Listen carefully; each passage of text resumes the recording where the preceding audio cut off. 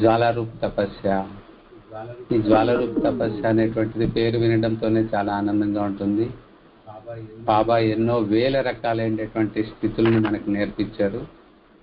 ఈ జ్వాలారూప స్థితి, జ్వాలారూప తపస్య అనేటువంటి విషయంలో మనం ఎంతెంత దీనిలో లోతుగా అభ్యాసాన్ని సాధనని చేసుకుంటామో మొత్తము మన జ్ఞానం యొక్క అన్ని విషయాల గురించి మనకి అవగాహన అవుతుంది.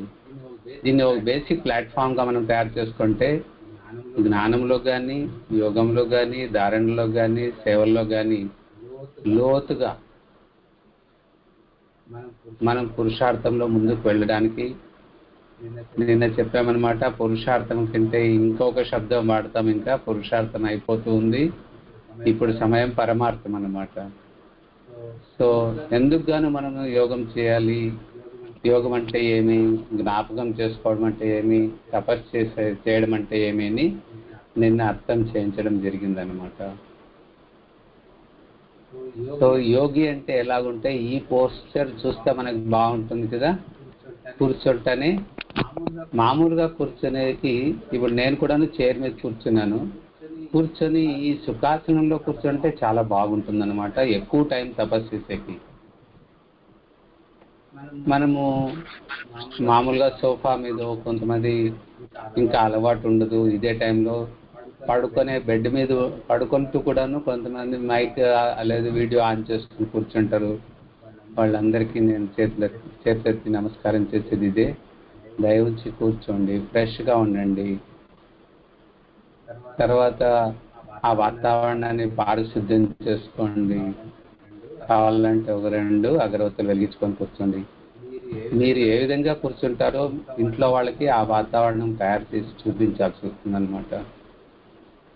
దీంతో మనము ఆంతరిక శుద్ధి, తర్వాత వాతావరణంలో ఇంట్లో శుద్ధిని, తర్వాత విశ్వంలో కూడా పరివర్తన తీసుకొని రాగలుగుతాం అన్నమాట.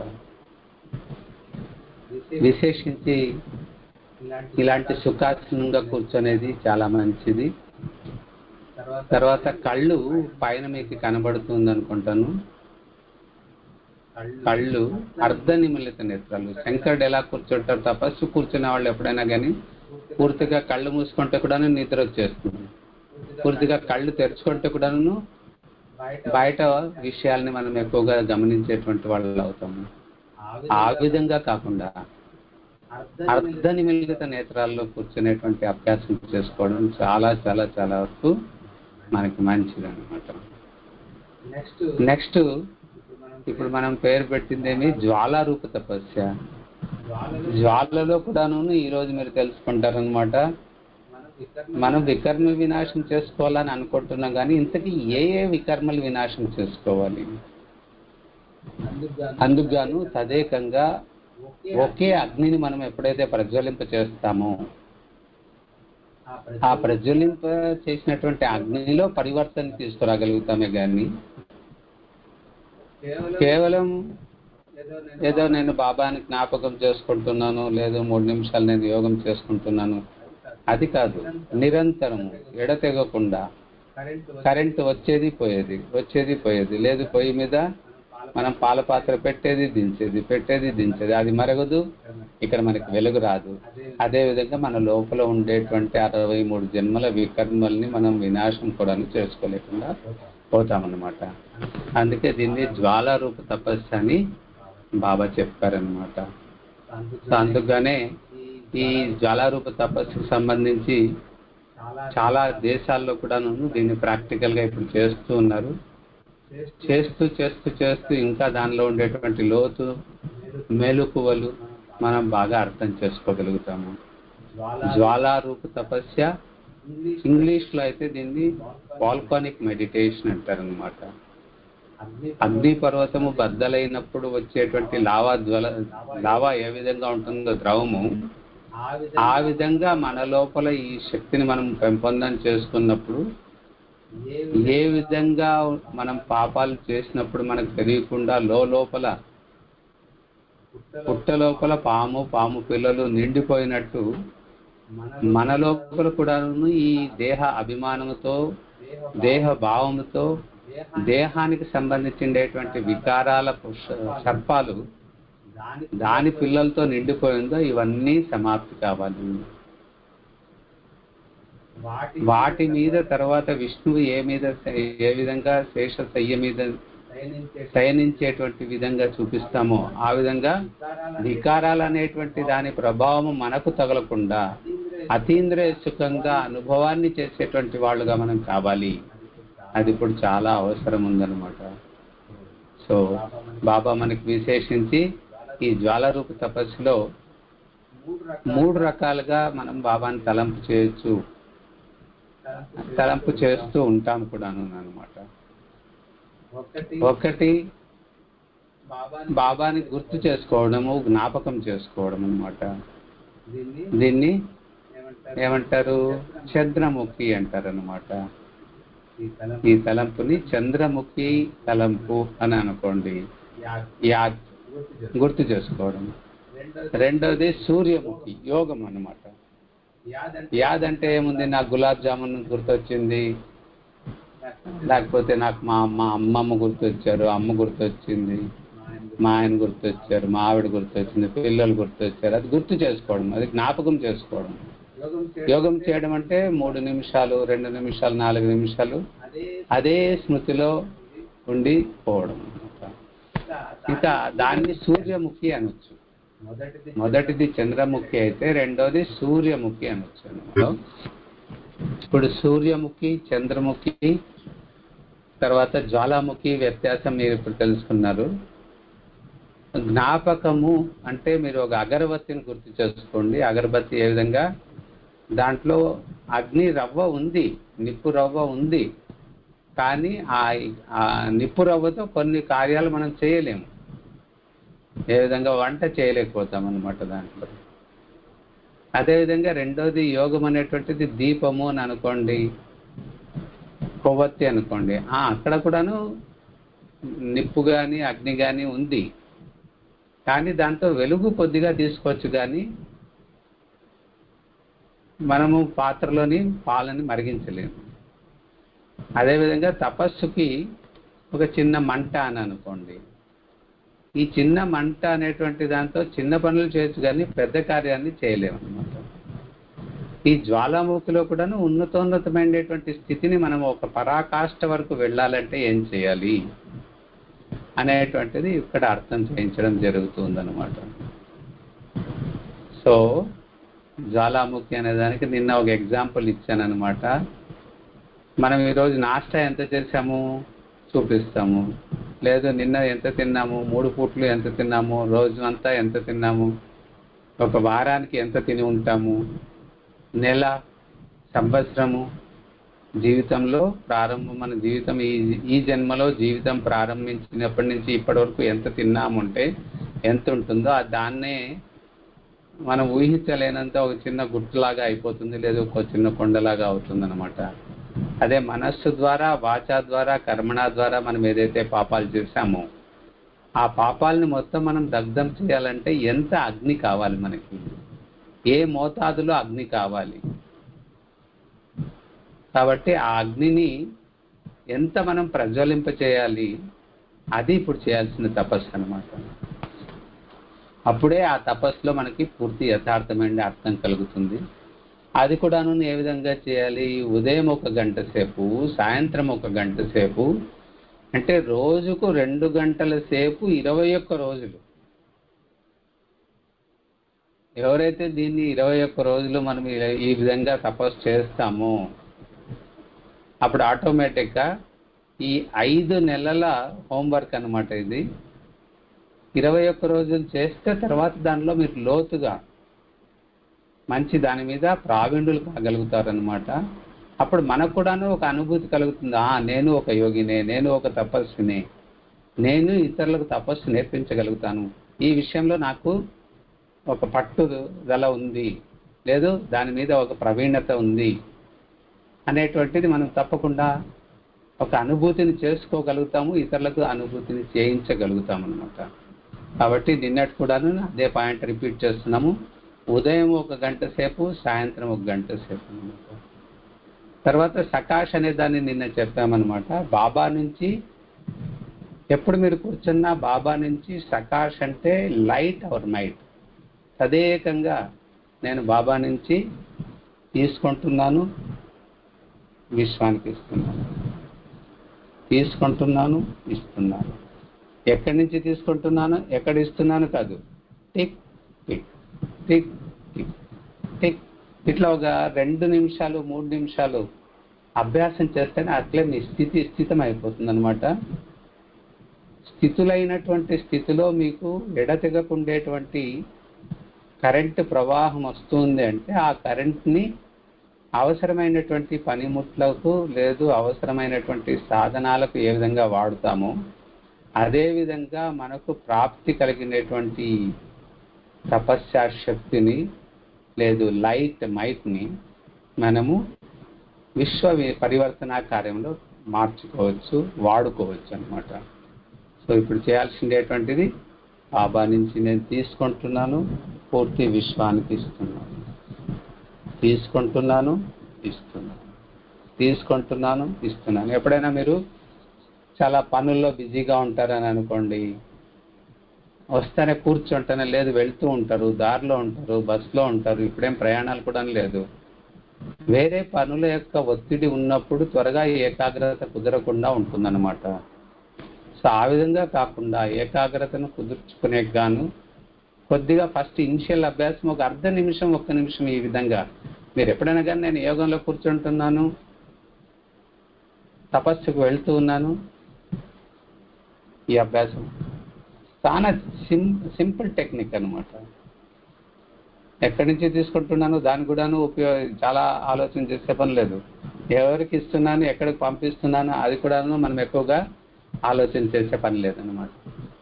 ఈ తదేక దృష్టితో ఒక్కసారి స్థితమైపోతే ఆటోమేటిక్గా ముందు మోటార్ బండ్లు అనేది లేదు స్టార్టర్లు అనేది పెట్టేవాళ్ళం అనమాట. లేదు చిన్న మిషన్లే కానీ మోటార్ సైకిలే కానీ ఒక స్టార్టర్ అనేటువంటిది ఎప్పుడైతే ఒక్కసారి బొంగరం కానీ ఒక్కసారి మనం ఇలా గట్టిగా అంటే అది తిరుగుతూనే ఉంటుందన్నమాట. అట్లే ఇది మోటార్ ఒక్కసారి స్టార్ట్ అయిపోతే చాలు, జనరేట్ చేసుకునేది ఒక్కసారి స్టార్ట్ అయిపోతే చాలు, లైట్ మైట్ తీసుకునేది ఒక్కసారి స్టార్ట్ అయిపోతే చాలు, తర్వాత ఆ ఉత్పత్తి అయినటువంటి శక్తిని ఆ ప్రకాశాన్ని మనం విశ్వసేవకు చేసుకోవచ్చు అన్నమాట.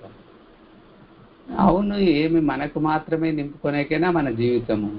ఎప్పుడు నేను బాబా శక్తి నించుకోవాలి, బాబా నుంచి శక్తి తీసుకోవాలి, బాబా నుంచి శక్తి తీసుకోవాలి, నాకు తీసుకోవడానికి గాను కాదు నేను తపస్సు చేస్తుండేది, అందరికీ పంచేగ్గాను, అందరికీ పంచేగ్గాను, అందరికీ పంచేగ్గాను. చిన్న పాప ఇంట్లో పాలకు గాను ఏడుస్తుంది, పరుగు పరుగున వెళ్ళారు, ఆ పాల పాకెట్ తీసుకున్నారు, అది తీసుకొని పరిగెత్తుకొని వస్తున్నారు. చాలా ఘోరంగా అంటే వర్షం కురుస్తుంది, ఆ వర్షంలో మీరు నాని ముద్దయిపోతున్నారు. అప్పుడు మీరు ముద్దవుతుండేటువంటిది మీ గుడ్డల వైపు చూసుకుంటారా, లేదా ఆ చిన్న పాప పాలకు గాను పరితపిస్తుంది, పాలు చేర్చాలి, ఇవ్వాలి, పాలు తాపాలి అనేటువంటి దానిలో ఉంటారా? అదేవిధంగా బాబా అడుగుతారు, మీకు ఇంతమంది దుఃఖ, శాంతి, పతిత, భ్రష్టాచార, అసత్యమైనటువంటి కుళ్ళు ప్రపంచాన్ని మార్చాలనేటువంటిది మీకు ఇంకా లేదా? కావున వాళ్ళ ఆర్తనాదాలు మీకు వినపడడం లేదా అని బాబా చెప్తున్నారు అన్నమాట. మరి ఆ ఆర్తనాదాలు వినిపించినప్పుడు ఆటోమేటిక్గా మనం ఏం చేస్తాము, ఇతరులందరికీను ఒక సుస్థిరమైనటువంటి సమాజాన్ని, శ్రేష్టమైన సమాజాన్ని, ఆనందమయమైనటువంటి సమాజాన్ని, మంగళకరమైనటువంటి సమాజాన్ని, ఒకే భాష, ఒకే కులం, ఒకే మతం, ఒకే ధర్మ సమాజాన్ని స్థాపన చేయడానికి గాను మనం నిమిత్తం అవుతూ ఉన్నామనేటువంటిది ఒక్కసారి ఆ స్వమానంలో స్థితిలో అవుతే ఆటోమేటిక్గా శక్తి తీసుకోవడం ఈజీగా అయిపోతుంది. యోగం అనేటువంటిది చాలా ఈజీ ప్రక్రియ. నిన్న కూడా ఇది చెప్పామన్నమాట. ఒక్కసారి మీరు శరీరానికి చెప్పండి, ఓ శరీరమా నువ్వు నాకు, నేను ఇంత రోజు నీకు ఇన్ని పనులు చేసి పెడుతున్నాను, నువ్వు నాకు సహకరిస్తున్నావు, నేను నా ఆత్మ ఉన్నతికి గాను తద్వారా నీకు కూడాను ఉన్నతి కాబోతుంది. కాబట్టి 1 గంట సేపు నాకు సహకరిస్తావమ్మా? మెత్తగా మాట్లాడండి. ఒక్కొక్కసారి మీకు చాలా ఆనందం కలుగుతుంది. మీరు మీ శరీరంతో మాట్లాడేటప్పుడు నేను 1 గంట సేపు తపస్సు చేసుకోవాలని ఉన్నాను, నాకు సహకరిస్తావా? దీన్ని ఆటో సజెషన్ అంటారు ఇంగ్లీష్లో. దీని మీద చాలా పెద్ద రీసెర్చ్ జరుగుతుంది. మన మనోబలంతో ఆత్మవిశ్వాసంతో మనం ఏదైతే సంకల్పం చేస్తామో, ఏదైతే శరీరానికి కావాల్సినటువంటి సూచనల్ని అందిస్తామో, ఆ సందేశాలని శరీరం గ్రహించి అది చెప్పినట్టు వింటుందన్నమాట. సో మీకు అనారోగ్యమే ఉంది, ఏదో పరిస్థితి ఉంది, అక్కడ సరైనటువంటి మెడిసిన్స్ లేదు, వాతావరణం చాలా భయంకరంగా ఉంది, అప్పుడు మీ సజెషన్స్ ఇవ్వండి శరీరానికి. ఆటోమేటిక్గా మీ శరీరం ఆరోగ్యం కూడాను కుదురుకుంటుంది. సో శరీరమా 1 గంట సేపు. ఒక్కోసారి మీరే యోగం చేయిస్తున్నారు అనుకోండి, సండ్లీ మీద కూర్చున్నారు లేదా గద్దె మీద కూర్చున్నారు, తగ్గొస్తుంది, కానీ అందరూ చాలామంది మీ నుంచి దృష్టి తీసుకుంటున్నారు. తగ్గా, కొద్దిసేపు ఉండమ్మా, ఆగు అంటే ఆగిపోతుంది. తుమ్ము వస్తూ ఉంటుంది, ఆగిపోతుంది. కావాలంటే దృష్టిస్తుంటే నిద్ర వస్తుంటుంది ఒక్కొక్కసారి, ఆ నిద్ర కూడాను తర్వాత 1 గంట సేపు వెనుక రా అంటే వెళ్ళిపోతుంది అనమాట. అదేవిధంగా కామ వికారం కానీ, క్రోధ వికారం కానీ, లోభం కానీ, మోహం కానీ, అహంకారం కానీ అది వచ్చి దాని పరిస్థితిని, దాని ప్రభావాన్ని మన మీద చూపించడానికి వస్తుంది. కళ్ళు చూడొద్దు అంటే చూసేకపోతుంది, వినొద్దు అంటే వినడానికి పోతుంది, తినొద్దు అంటే తినడానికి వెళ్తుంది, ఈ కార్యాన్ని చేయొద్దు అంటే చేయడానికి వెళ్తుంది. ఈ కర్మ ఇంద్రియాలను కూడాను మనము నియంత్రించడం అంటే ఆటో సజెషన్. ఎప్పుడైతే కంటిన్యూగా మనము ఒకే రకమైనటువంటి డైరెక్షన్స్ని దానికి ఇస్తూ పోతూ లాస్ట్కి అది కూడాను తెలిసిపోతుంది అనమాట. ఏ విధంగా ఎడ్ల బండి పల్లెటూరు నుంచి ఊరు వరకు, మార్కెట్ వరకు అదే వెళ్తుంది, అయిపోయిన తర్వాత అదే కావాలంటే ఆ ఎడ్లు ఆ బండిని లాక్కుంటూ కరెక్ట్గా ఊరు వరకు చేరుకుంటుంది అనమాట. దానికి తెలిసిపోయింది ఇదే మన ఇల్లు, ఇదే మనం వెళ్ళాల్సిన గమ్యం. ఆ విధంగా పశువులలో ఆ విధమైనటువంటిది ఆటోమేటిక్గా తను ఎక్కడికి పోవాలని తెలిసిపోయినప్పటికీ యజమాని మాటికి దాన్ని అదిలించాలి, విదిలించుకున్నప్పటికీ కూడాను అది చేరుకుంటుంది. అదేవిధంగా ఈ శరీరం కూడాను మనం చెప్పినట్టుగా మనకి అన్ని రకాలుగా సహకరిస్తూ పోతుందన్నమాట. అప్పుడే మనం విదేహి కాగలుగుతాం. అశరీరీ శబ్దాన్ని ఇంకా ముందుకు వాడతాం మనము. సో ఇప్పుడు ఈ విషయాన్ని మనం ఎప్పుడైతే ఏదైతే తెలుసుకున్నామో, 1 కూర్చోవలసినటువంటి ఆసనము సుఖ ఆసనంగా ఉండాలి. దుఃఖభూయిష్టమైనటువంటి ఆసనాలు చాలా ఉంటాయన్నమాట. ఆసనాలు ఆరోగ్యానికి మంచిది, కానీ రాజయోగానికి సుఖాసనంలో కూర్చోవడం అభ్యాసం. ఆరోగ్యపరమైనటువంటి ఆసనాలు ఎన్నో ఉన్నాయి.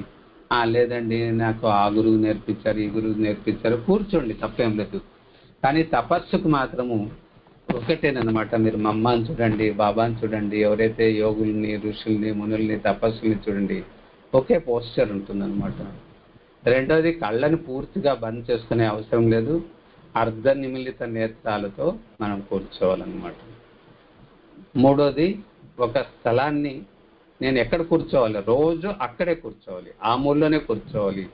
లేదు ఆ కుర్చీ మీద కూర్చుంటున్నారంటే సుఖాసనంలో కూర్చునే పద్ధతిని, అయ్యా నాకు పెద్ద వయసు అయిపోయిందండి, కాదు అని బ్రహ్మబాబా 93 సంవత్సరాల వయసు ఆయన చెప్పారు ఎప్పుడైనా? సో ఇక్కడ వింటుండే వాళ్ళు 93 సంవత్సరాల వయసు వాళ్ళు ఉన్నారేమో, కానీ వాళ్ళు కూడాను జోహార్లు కూర్చొని వింటున్నారు బాబా మహావాక్యాల్ని. సో మనం ఏం చేయాలి, ఒక నిర్దిష్టమైనటువంటి స్థలంలో కూర్చొని తపస్సు చేయడం. నేను చెప్పాను కదా నిన్న, నేను అమృత వేళ అవుతానే నక్కీ లేక్ దగ్గరికి వెళ్ళి ఒక పెద్ద బండ మీద కూర్చొని 10-15 ఏళ్ళు ఏకాగ్రతగా ఒకే ప్లేస్లో కూర్చొని తపస్సు చేసే దాని నుంచి చాలా మనకు కొన్ని కొత్త అనుభూతుల్ని, ముందు పాఠాలని బాగా అర్థం చేసుకోగలుగుతాం అన్నమాట. సరే, తర్వాత ఇంకోటి ఏముంది, సమయాన్ని స్థిరం చేసుకోవాలా. రోజు 6 గంటలకి ఉదయం క్లాస్ ఉందంటే మీరు వచ్చి ఎలా కూర్చుంటారు, అక్కడ కూడాను ఇంట్లో కూడాను ఒకే ప్లేస్లో కూర్చోండి. అప్పుడు వాతావరణ శుద్ధిగాను అదే స్థలం యొక్క శుద్ధి కూడాను జరుగుతుందన్నమాట. అదే ప్లేస్లో కూర్చోవాలనేటువంటిది. సో తర్వాత మనం ఏం చేయాలి, ఎన్ని రోజులకు గాను నేను ఈ తపస్సు చేయాలనేది, అది కూడాను నిశ్చయం చేసుకోండి. అందుకే మీకు సజెషన్ ఇచ్చాను 21 రోజులని. 7 రోజులు మీరు పూర్తిగా మీ తపస్సు అయ్యే వరకు ఎవరికి చెప్పుకోవద్దు. 14 రోజులు అయిన తర్వాత కొద్దిగా మీరు ఒక బ్యాచిలర్ డిగ్రీ హోల్డర్ లాగా అవుతారు. కొద్దిగా చెప్పండి, వాళ్ళ ప్రశ్నలకు సమాధానం ఇవ్వాలని వెళ్ళొద్దు. 21 రోజులు అయిన తర్వాత ఆ అనుభూతుల్ని మీరు ఎప్పుడైతే ప్రాప్తి చేసుకుంటారో తర్వాత ఇతరులకు చెప్పడం చాలా బాగుంటుంది అనమాట. అదైన తర్వాత నెక్స్ట్ అవుతుందన్నమాట, ఏ విషయం మీద నేను తపస్సు కూర్చుంటున్నాను. సంకల్పం లేకుండా తపస్సులో కూర్చోకూడదు. ఇప్పుడు విషయం మనం ఏం తీసుకుంటున్నాము, జ్వాలారూప తపస్సు అనేటువంటి విషయం మీద నేను కూర్చుంటున్నాను. ఈ జ్వాలారూప తపస్సే చేయాలి. వంటింట్లోకి పోతేనే నేను ఈరోజు ఇడ్లీ వండాలని ఆలోచన చేస్తూ వెళ్ళి వద్దులే దోశ చేస్తానులే, దోశ ఎప్పుడు చేస్తానులే అంతగా 10 నిమిషాల తర్వాత పూరి చేస్తానులే, వద్దులే సింపుల్ అవుతుంది పులిహార అన్నం చేస్తాను, పులిహార అన్నమా నిన్న చేశాను కదా దద్దోజనం చేస్తానులే అంటూ మార్పు చేస్తూ పోతే వంటే ఏది ఒకటి కూడాను పూర్తిగా వండడం కాదన్నమాట. కాబట్టి ఒక విషయం మీదే మనం ఎప్పుడైతే స్థిరంగా ఉంటామో అప్పుడు అదే విషయం మీద కొద్దిసేపు కూర్చున్న తర్వాత బీజరూప స్థితి యోగం చేసుకుంటాం. బీజరూపానికి కానీ ఇంకా ప్రవేశమే లేదు, ఆ బిందు రూపం చేసుకుంటాం. బిందువు బాగుంటుంది, నాకు బిందువు బాగుంటుంది కదా అని కూర్చుంటూ అశరీరి చేస్తాంలే. అట్లా ఒక్కొక్కటి స్థితులని మార్చుకుంటూ పోతే ఆ స్థితి గురించి మనకి అవగాహన రాదు. దాని గురించి వచ్చేటువంటి లాభాలే కానీ, దాని మీద మెలకువలే కానీ, తద్వారా మనం ఏదైతే విశ్వానికి అందించాలో అది అందించలేకపోతామన్నమాట. కాబట్టి ఒకే విషయాన్ని ఫిక్స్ చేసేది మనం రావాలి. ఆ విషయం మీదనే మనము అవగాహన చేసుకొని ముందుకు వెళ్ళేది రావాలన్నమాట. సో విశేషించి బాబా పిల్లల్లో 2 రకాలైనటువంటి పిల్లలు ఉంటారనమాట.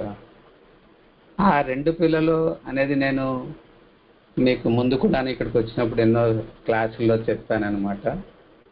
ఒకటి మమ్మ బాబా, అదేవిధంగా అమ్మ పోలికలు నాన్న పోలికలు అని అనుకోండి.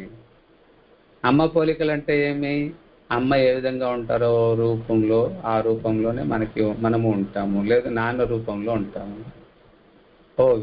ఇతనంతా అమ్మ పోలికలు అయ్యా, ఇతనంతా నాన్న పోలికలు. అదేవిధంగా బ్రాహ్మణులు కూడాను చూడండి, బ్రహ్మాబాబాని స్థూలంగా చూస్తే కూడాను ఆయన పల్చగా పొడుగ్గా ఉంటారనమాట. మమ్మ పొట్టిగా కాస్త స్థూలకాయంగా ఉంటారనమాట.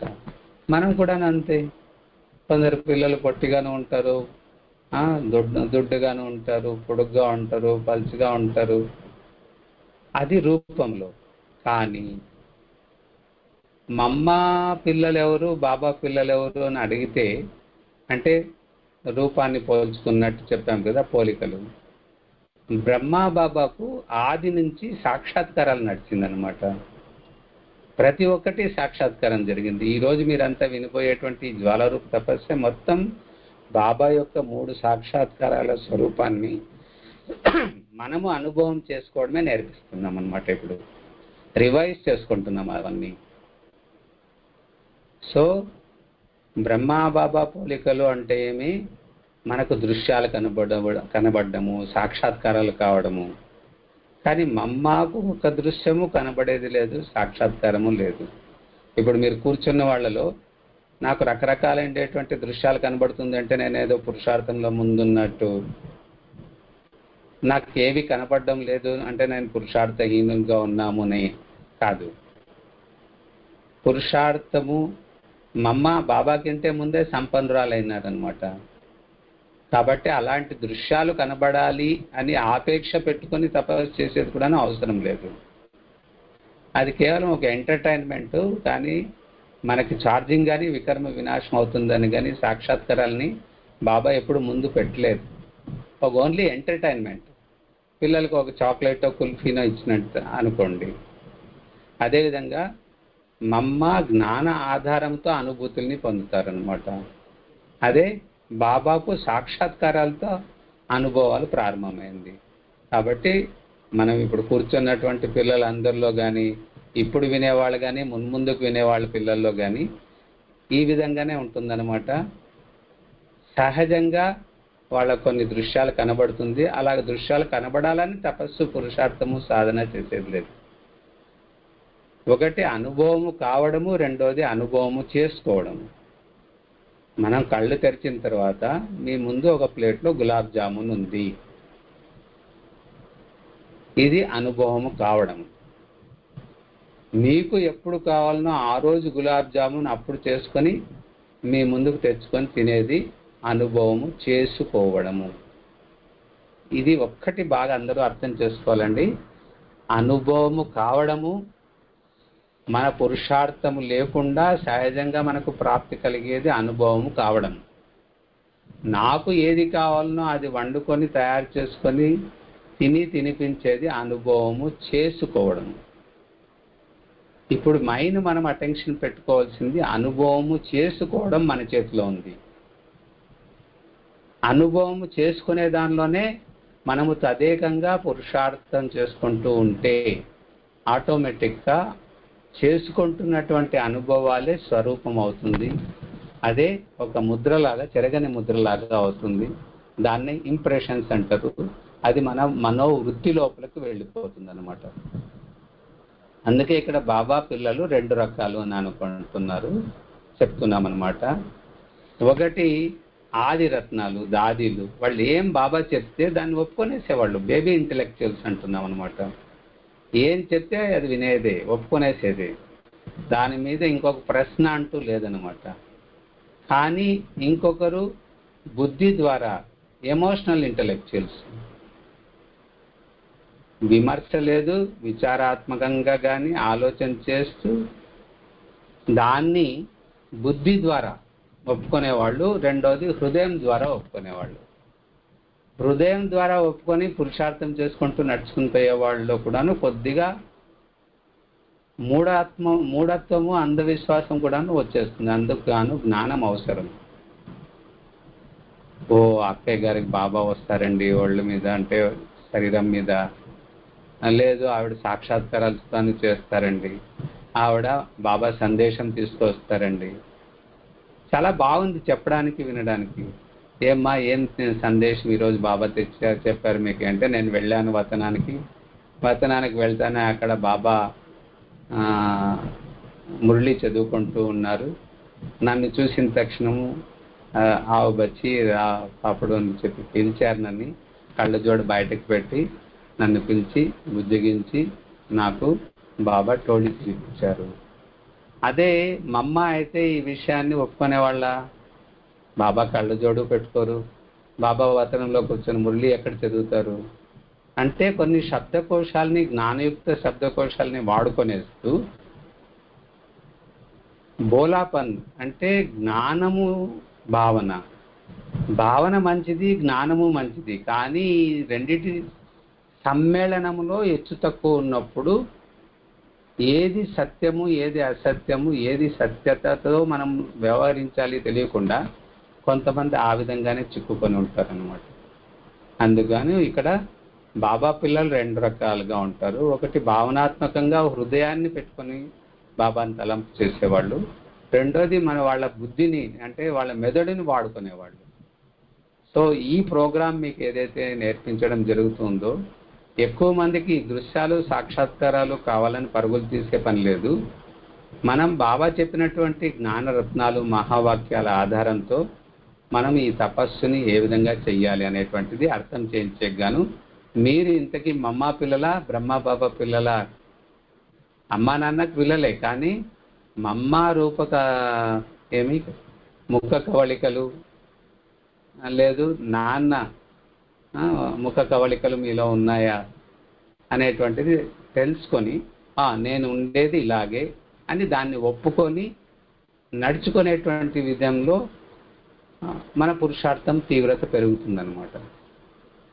సో నెక్స్ట్ ఇప్పుడు మనం అనుకున్నాము నేను ఏ తెగకు సంబంధించింది.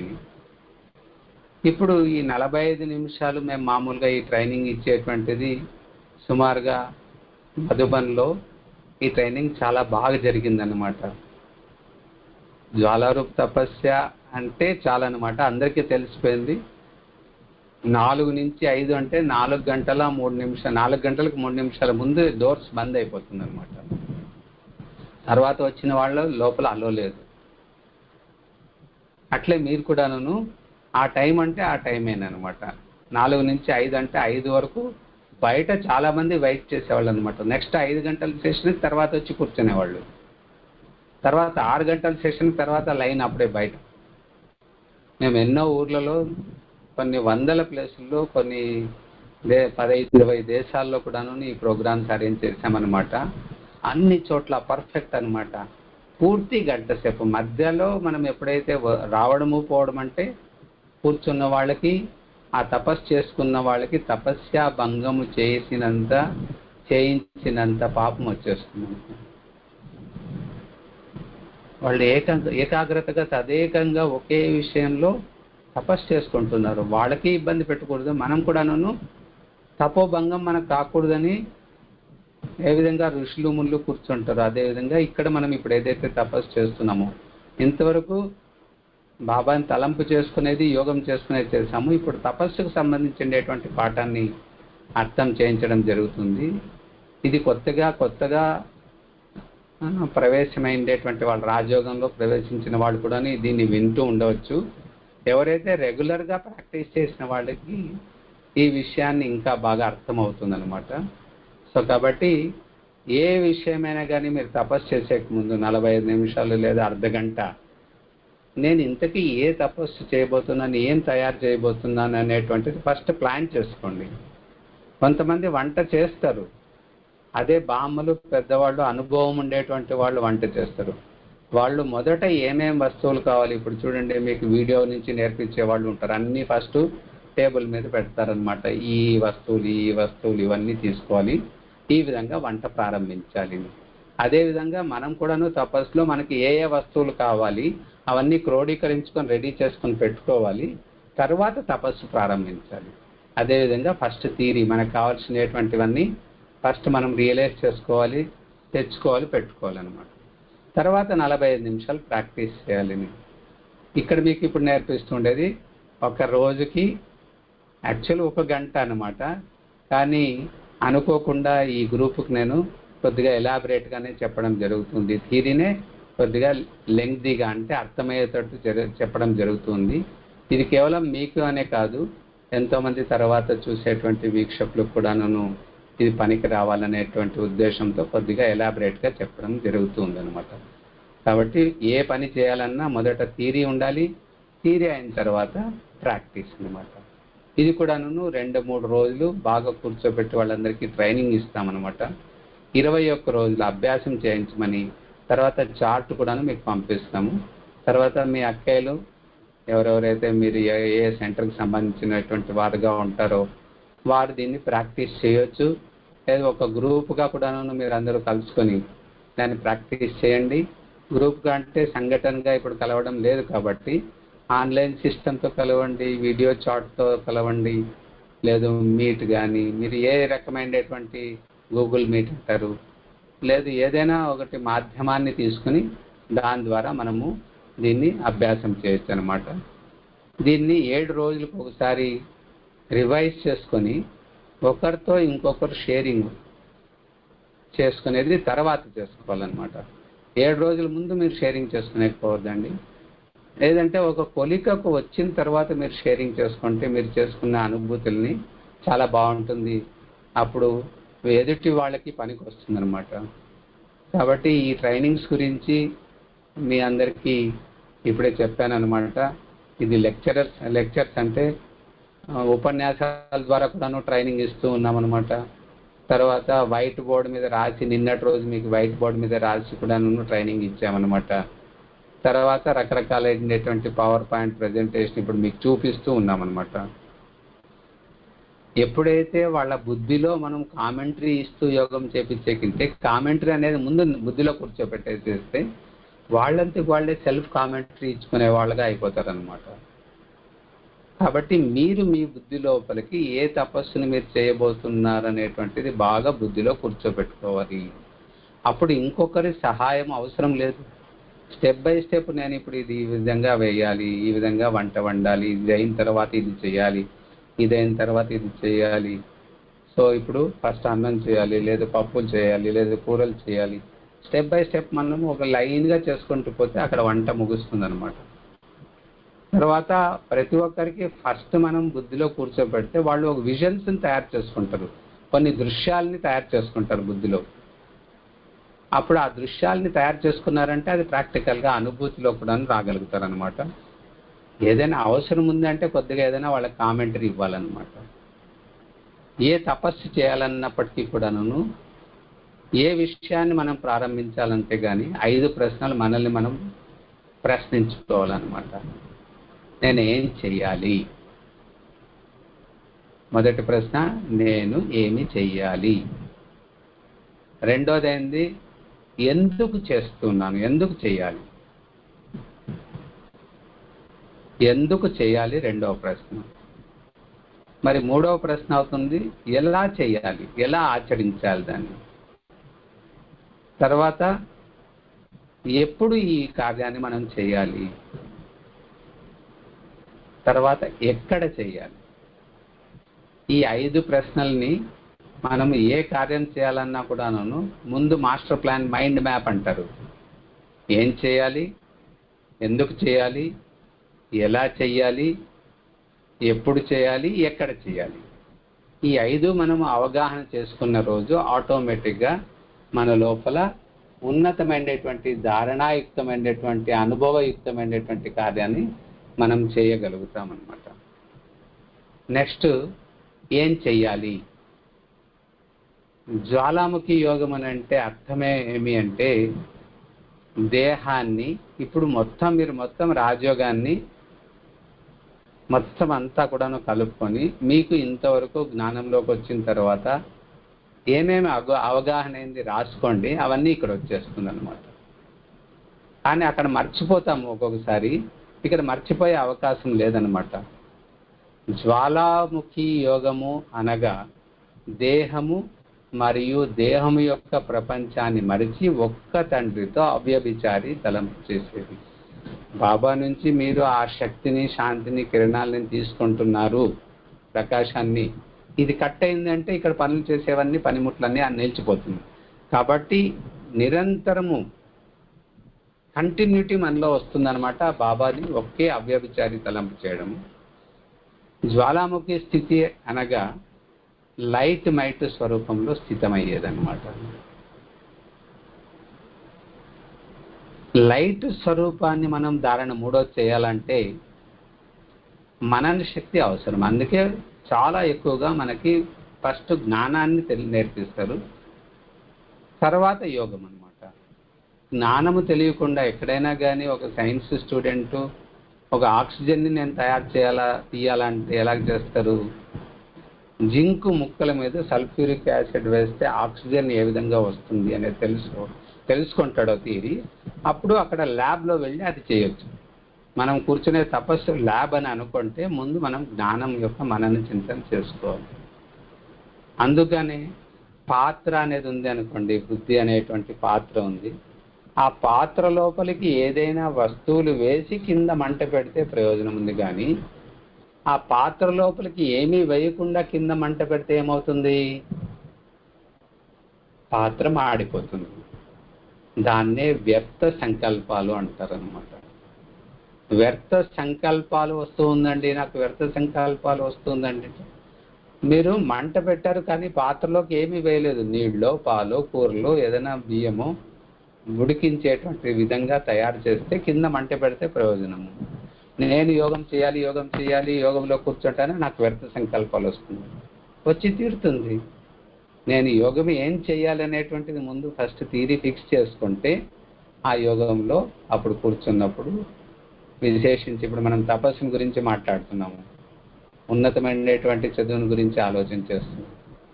తప్పకుండా ఈ పాత్రలో మంచి వస్తువులు వేసి కింద ఉడికిస్తే సువాసనలు వస్తుంది.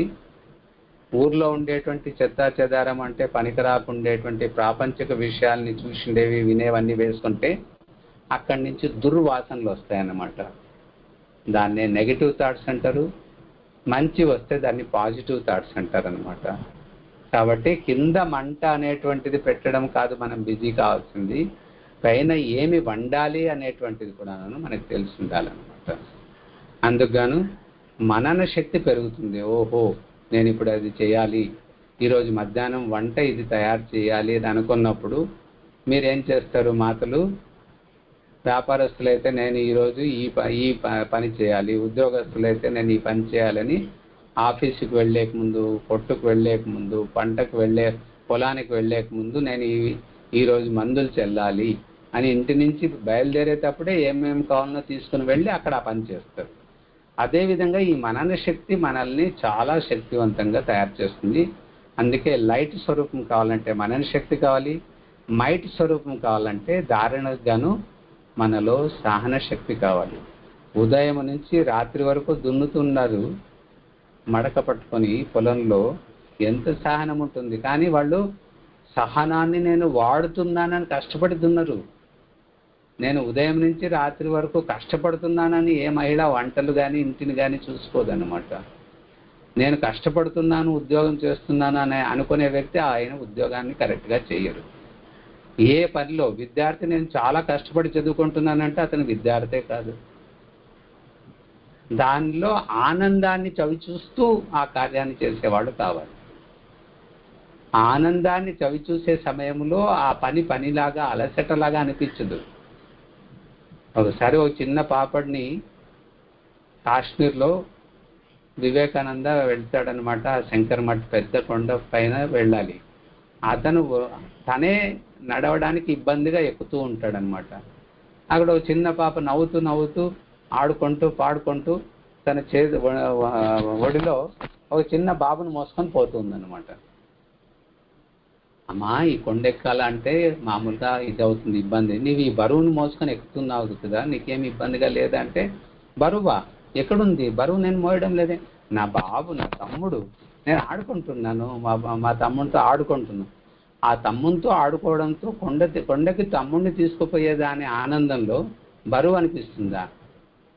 అదేవిధంగా మనం ఏదైతే పురుషార్థం చేస్తున్నామో, సాధకులకి సాధన ఆనందం కలిగించాలి, విద్యార్థికి చదువు ఆనందాన్ని కలిగించాలి, ఇంటికి గృహిణికి ఆ గృహాన్ని స్వర్గంగా మార్చేదానంలో ఆనందం కలిగించాలి,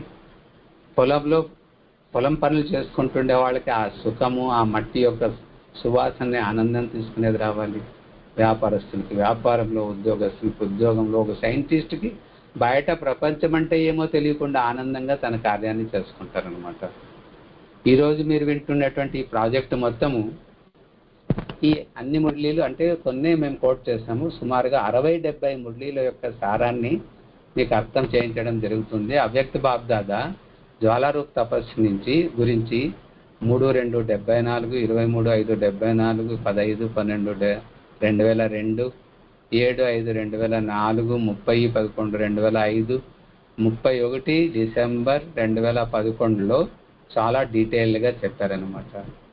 దీని యొక్క సారాంశాన్ని ఒక ప్యాకేజ్ లాగా మీకు అర్థం చేయించడం జరుగుతుంది.